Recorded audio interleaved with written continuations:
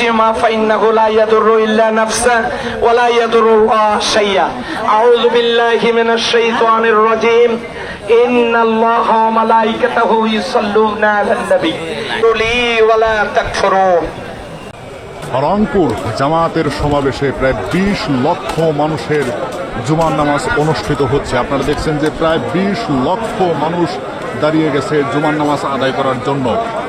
আপনারা দেখছেন যে রংপুরে ইতিহাস সৃষ্টি করলো বাংলাদেশ জামাত ইসলামী। তারা লক্ষ লক্ষ মানুষ নিয়ে এই মাঠেই নামাজের জুমার নামাজ শুরু করার জন্য দাঁড়িয়ে গেছে, কাতার সোজা করে দাঁড়িয়ে গেছে।